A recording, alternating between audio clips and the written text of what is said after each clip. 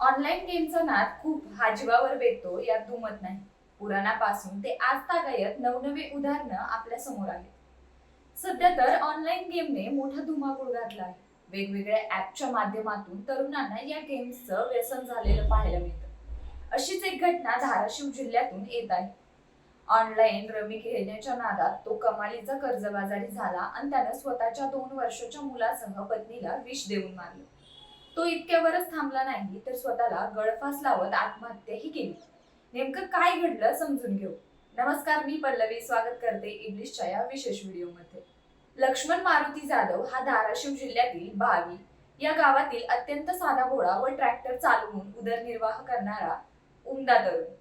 स्वभावाने अत्यंत मितभाषी, त्यामुळे गावात तो सर्वांचा लाडका होता. 2.5 वर्षांपूर्वी त्याने तेजस्विनी सोबत प्रेमविवाह केला होता. संसार अतिशय नेटका सांभाळत होता. अशातच त्याच्या संसार वेलीवर फुल उमलावं तसं एक मूल पदरी पडलं.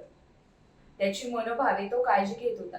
पत्नीवर मनापासून प्रेम करत होता, पण नियतीला हे पाहावलं नाही. झटपट श्रीमंत होण्याच्या नादात त्याला ऑनलाईन गेम्सचा नाद लागला.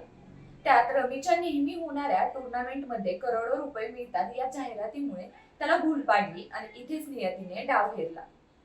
या ऑनलाईन रमीमध्ये त्याने लाखो रुपये गमावले. तो कमालीचा कर्जबाजारी झाला. एक कर्ज फेडण्यासाठी तो आणखीनच या गेम मध्ये गुंतत गेला. स्वतःच्या मालकीची जमीन विकली, प्लॉटही विकला, पण कर्ज काही फिटलं नाही. त्याच्या चेहऱ्यावर औदासिन्य पसरलं. तो नैराश्याच्या गर्तेत गेला. त्याला समोर कोणताही पर्याय दिसत नव्हता. त्याने आत्महत्येचा मार्ग निवडला. मनापासून प्रेम करणाऱ्या पत्नीचा आणि 2 वर्षीय चिमुरड्याचा सांभाळ कोण करणार या चिंतेनं त्याला दोघांचाही जीव घेण्यास प्रवृत्त केलं. रविवारी रात्री त्याने पत्नी आणि मुलाला विष पाजून मृत्यूच्या डोहात पाठवलं आणि स्वतःही गळफास घेऊन जीवनयात्रा संपवली. प्रश्न आता हा उरतो की online games, rummy, ludo, cricket यावर मर्यादा केव्हा येणार? प्रत्येक 15 मिनिटांनी एक जाहिरात टीव्हीवर झळकते. त्यामुळे तरुणी या गेम्सच्या आहारी जातात. मग सर्वस्व गमावून बसतात.